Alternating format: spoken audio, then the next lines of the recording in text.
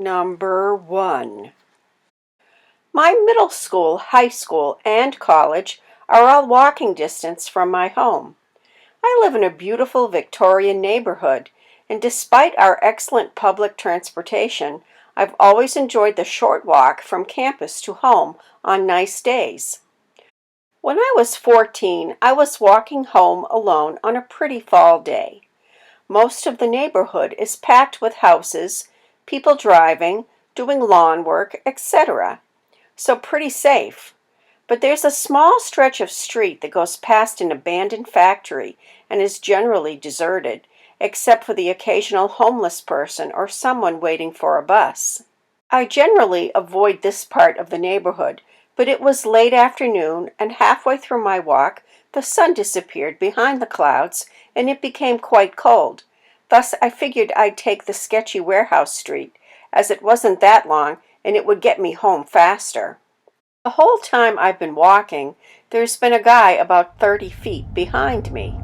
This isn't uncommon. Like I said, I live near 3 schools, all on the same street, and a lot of students are walking home in the afternoon. But this guy isn't a student. It's obvious. No backpack, dirty clothes, and just a downright crazy look in his eyes. All right, all the more reason to take the shortcut and get away from this guy. So I turn onto Sketchy Street. I'm halfway past the warehouse when I look over my shoulder, and this guy is now less than 10 feet behind me. It's also worth noting that there's nothing over this way. We've passed the bus stop, all the restaurants, and the little shops are 2 streets over. This guy is either going to his house, unlikely based on his clothes, or he is following me to mine. There's literally no other reason for him to be going this way. So I pick up the pace. I look back, he's picked up the pace. Okay, there's no one around. I have some mace, but I'd have to dig to get it out of my bag, and no way in hell am I slowing down now. It's a really quiet street, no cars going by or anything. An idea dawns on me, and I pull out my phone. As loudly as I can, I say, "Hi, yes, is Officer so-and-so in?" "Sure, I'll hold." "Hi, Daddy. Yeah, I'm just getting out of class. I was thinking of picking up a pizza and wondered if any of the guys at the station wanted some.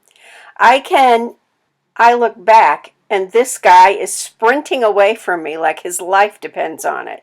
Guess he figured mugging, raping, abducting a police officer's daughter wasn't a good idea. My heart was pounding. I turned the corner around the warehouse and started sprinting, not stopping until I reached my front door and deadbolted it. I never take Sketchy Street anymore, no matter how cold it is. And no, my dad's not a cop. Number 2. I was still in high school, and every Wednesday and Friday I volunteered at the local library. I noticed this older man would always hang around the library on the 2 days I always worked. He never logged onto the computers or borrowed any books. He just sat in the same corner of the library by the front door every time he would visit, just watching the people walking in and out. After a couple weeks of this, I noticed him watching me. Now, I don't live in the safest neighborhood, so I'm a very suspecting person. Knowing this, I assumed that my nerves were getting the better of me and that he was not actually watching me until things changed and he got the nerve to come up to me. This elderly man made his way across the library as I was organizing one of the front displays. He said hello and asked me how my day was going. Trying to be a cheerful volunteer, I humored him and made small talk.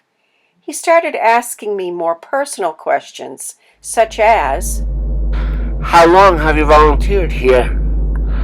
How often are you working? What do they usually have you do?" I felt a little uneasy, as most people never felt the need to ask me such questions. I usually got asked if I liked volunteering here or where a certain book is. Then they would go on their merry way. It wasn't until he asked me, Do you go to school at such high school? There are 2 high schools in my area. It's a 50-50 chance that he would just happen to choose the one I attend. This rang an immediately red flag, and as any nervous 14-year-old girl would do, I promptly shouted, "What the what?" and ran as quickly as I could to another volunteer down the aisle. You might think this isn't all that creepy, but it does get worse. After my obvious freak-out, this man hightailed it out of the library. According to my co-volunteer, she has never seen an old man run so fast in his life. Later on that week, he returned. This time, he wasn't only watching me, he was following me around the library. Every aisle I went down, he was always 3 shelves over. I told my manager and asked her to give me work in the back room so that he couldn't see me. She was very understanding and gave me paperwork to do in the break room. She even went over to the man and confronted him about his creepy behavior. He quickly left the building. As I was getting ready to leave for the day, one of the staff members noticed him standing outside by the front door. She assumed he was waiting for me and made sure to have half the library staff and her biker boyfriend, who picks her up after work, walk me to my car. I was driving before getting my license. With this entourage of 6 women and 1 bearish man, the creeper did not dare follow me past the edge of the parking lot. About a week later, the man is still coming into the library, but is leaving me alone, as no one will allow me to work alone in the public space. That Friday, after the incident, I notice him leaving earlier than usual.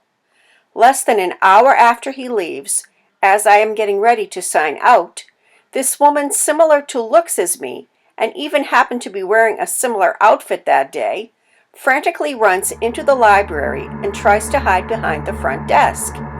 We stop her and ask her what happened. She told us that the same man who had been watching me had tried to follow her home. She got into her car. Once again, she had a similar car to mine, same make and color, and was on her way home when she noticed this man in his own vehicle right on her tail. She tried to turn every corner she could, but he kept following her. She eventually made it back to the library, where we called the police, and the man was never seen again. My manager is convinced that he thought the girl was me and tried to follow me home. I have a second story that happened to me as I worked a summer job to help pay for college.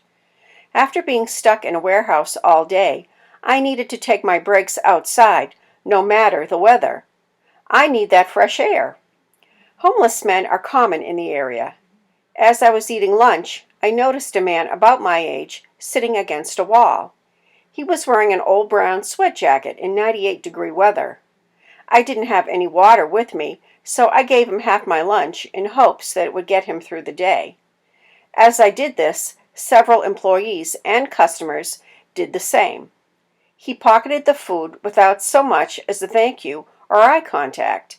I tried to make the benefit of the doubt and thought that maybe he was just embarrassed, but really it kind of seemed like he expected it.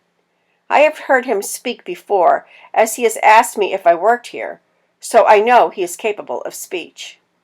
The next day, after he asked me if this was my place of business, I found out from my manager that he is not allowed to hang around the warehouse anymore because the night before he had attacked a girl on the street with a knife.